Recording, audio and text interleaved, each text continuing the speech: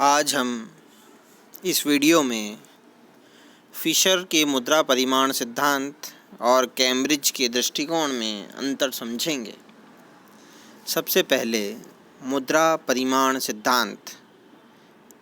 इन तीन शब्दों का अर्थ समझना आवश्यक है। मुद्रा यानी कि वह करेंसी, नोट और सिक्कों के रूप में जो हमारे पास रहती है, और क्रय विक्रय, विनिमय, मूल्य का संचय, हस्तांतरण जैसी क्रियाओं में उपयोगी रहती है। इस संबंध में फिशर का जो दृष्टिकोण है MV=PT, यह एक आदान प्रदान दृष्टिकोण है अथवा लेन देन का दृष्टिकोण, और कैम्ब्रिज का दृष्टिकोण नकद कोष दृष्टिकोण। इस पहले अंतर को हम इस प्रकार समझ सकते हैं कि फिशर का सिद्धांत कैश ट्रांजैक्शन पर आधारित है, जिसमें मुद्रा के विनिमय संबंधी कार्य को महत्व दिया गया है, जबकि कैम्ब्रिज सिद्धांत नकद कोष दृष्टिकोण कैश बैलेंस अप्रोच पर आधारित है, जिसमें मुद्रा के संचय संबंधी कार्य पर बल दिया गया है। सरल शब्दों में फिशर मुद्रा के लेन देन कार्य पर बल देता है, जबकि कैम्ब्रिज मुद्रा के संचय या कोष संबंधी कार्य पर बल देते हैं। अब दूसरे अंतर की चर्चा करते हैं। मूल्य स्तर में परिवर्तन।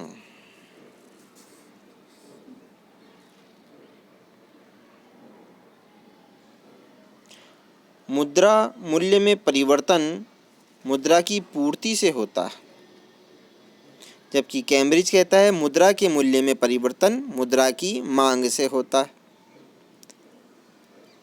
दूसरे शब्दों में फिशर ने मुद्रा की पूर्ति को कीमत स्तर में परिवर्तन का मुख्य घटक माना है, जबकि कैम्ब्रिज सिद्धांत में मुद्रा की मांग को मूल्य स्तर में परिवर्तन का घटक माना गया है।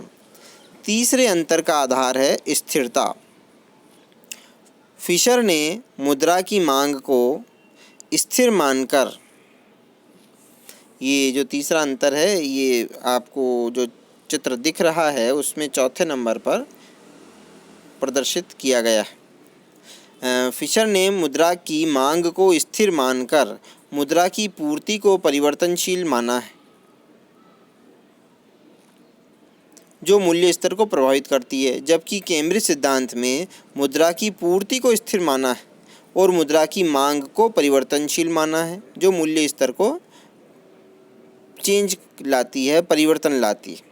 यहाँ हम जिस चीज़ को स्थिर मान लेते हैं, यानी कि उसके महत्व को कम करके आंक रहे हैं, और जो चीज़ परिवर्तनशील होगी वही परिवर्तन का कारक होगी और कीमत स्तर में परिवर्तन लाएगी।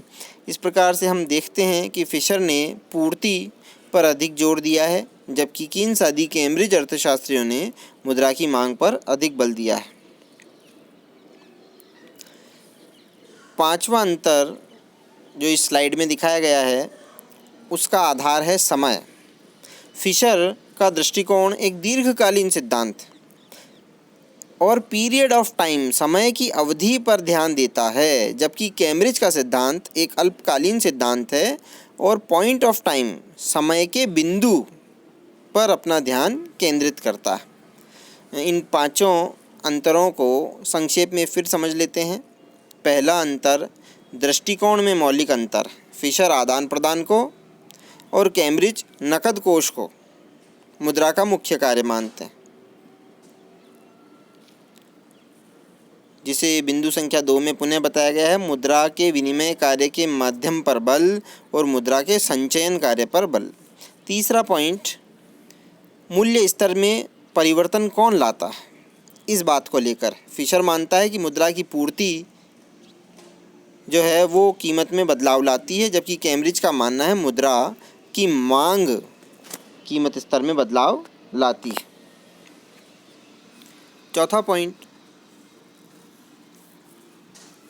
कि स्थिर घटक कौन सा है और अस्थिर घटक कौन सा है। फिशर जो कि पूर्ति को परिवर्तनशील और मांग को स्थिर मानता है, और कैम्ब्रिज पूर्ति को स्थिर और मांग को परिवर्तनशील मानता है। पांचवा अंतर जो है वो समय के आधार पर है। फिशर का दृष्टिकोण दीर्घकालीन है जो पीरियड ऑफ टाइम से संबंधित है। कैम्ब्रिज का दृष्टिकोण अल्पकालीन है जो पॉइंट ऑफ टाइम से संबंधित है।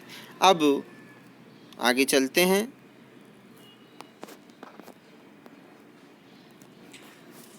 बिंदु संख्या 6, मुद्रा की उस मात्रा पर। जो फिशर का दृष्टिकोण है वह मुद्रा की उस मात्रा पर आधारित है जो आदान प्रदान में यानी विनिमय में काम आती है, और कैम्ब्रिज दृष्टिकोण मुद्रा की उस मात्रा पर आधारित है जो नकद कोष के रूप में संचित की जाती है।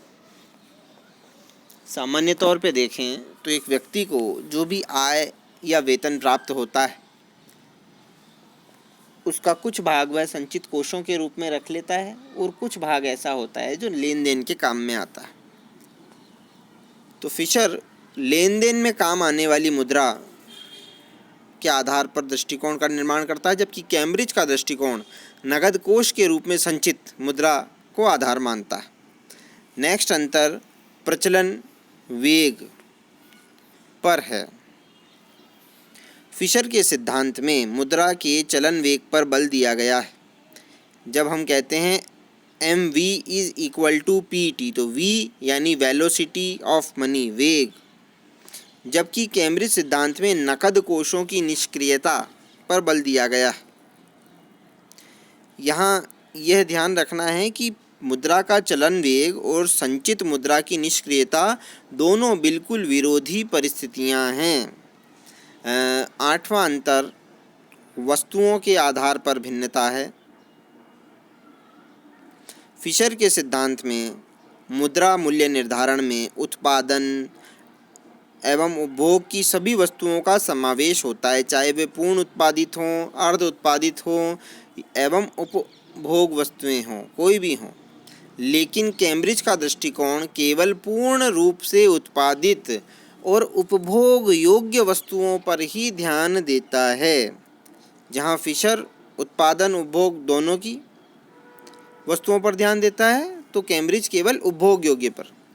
और फिशर जहां पूर्ण एवं अपूर्ण दोनों प्रकार की उत्पादित वस्तुओं पर ध्यान देता है, तो कैम्ब्रिज केवल पूर्ण उत्पादित उपभोग योग्य वस्तुओं पर ही ध्यान देता है। नौवां अंतर कीमत या पी को लेकर। फिशर के सिद्धांत में पी का अर्थ सामान्य कीमत स्तर को बताता है, यानी अर्थव्यवस्था में सभी वस्तुओं एवं सेवाओं का जो औसत कीमत स्तर है, पी उसे बताता है। जबकि कैम्ब्रिज के दृष्टिकोण में पी केवल उपभोग वस्तुओं के कीमत स्तर का प्रतीक है। यह अर्थव्यवस्था की सभी वस्तुओं एवं सेवाओं के कीमत स्तर का प्रतीक न होकर केवल पूर्ण रूप से उत्पादित उपभोग की वस्तुओं के कीमत स्तर का प्रतीक है। 10वां एवं अंतिम अंतर है कि फिशर का दृष्टिकोण अव्यावहारिक। अव्यावहारिक क्यों? क्योंकि ये एक दीर्घकालीन सिद्धांत, और किन्स कहते हैं दीर्घकाल में तो हम सब मर जाते हैं, तो दीर्घकाल की बात अव्यावहारिक सी लगती है। जबकि कैम्ब्रिज का दृष्टिकोण व्यवहारिक है क्योंकि अल्पकाल की बात करता है, एक दिन, एक महीना, एक साल, एक दशक, तो ये अधिक व्यवहारिक है। और व्यवहारिक होने की वजह से यह जो कैम्ब्रिज का दृष्टिकोण है यह फिशर के दृष्टिकोण की तुलना में अधिक श्रेष्ठ है, अधिक काम का है। कैम्ब्रिज विचारधारा फिशर के विचारधारा से श्रेष्ठ किन आधारों पर है, इसके कुछ पॉइंटों पर हम चर्चा कर सकते हैं। पहला पॉइंट यथार्थवादी। कैम्ब्रिज सिद्धांत अल्पकाल का होने पर और तरलता पसंदगी पर जोर देने के कारण यथार्थवादी है। तरलता पसंदगी के संदर्भ में कीन्स की प्रमुख उक्ति है कि प्रत्येक व्यक्ति मुद्रा को अपने पास तरल रूप में रखना चाहता है। इसे तरलता पसंदगी या मुद्रा की मांग कहते हैं। और कीन्स कैम्ब्रिज अर्थशास्त्री थे। कैम्ब्रिज दृष्टिकोण मुद्रा की मांग पर अधिक बल देता है, अतः यह अधिक यथार्थवादी हुआ और तरलता पसंदगी इसका महत्वपूर्ण अंग हो गया। तीसरी बात ये कि ये मनोवैज्ञानिक घटकों पर बल देता है और व्यापार चक्रों की स्पष्ट व्याख्या करता है। साथ ही मूल्य निर्धारण के सामान्य सिद्धांत के, जो कि मुद्रा की मांग और पूर्ति दोनों पर आधारित है, कि ज़्यादा निकट है, समझने में सरल भी है और ये कीन्स के रोजगार सिद्धांत का आधार है। अतः हम कह सकते हैं कि कैम्ब्रिज का दृष्टिकोण फिशर की तुलना में अधिक उपयोगी है, क्योंकि फिशर का पी क्रय विक्रय समाप्त होने के बाद में यानी कि ज़्यादा महत्व का नहीं रहता, लेकिन जो संचित मुद्रा है उस पर भी, जो निष्क्रिय मुद्रा के रूप में है, उस पर भी कैम्ब्रिज का दृष्टिकोण लागू होता है। इस वीडियो में इतना ही, मिलते हैं अगले वीडियो में। नमस्कार।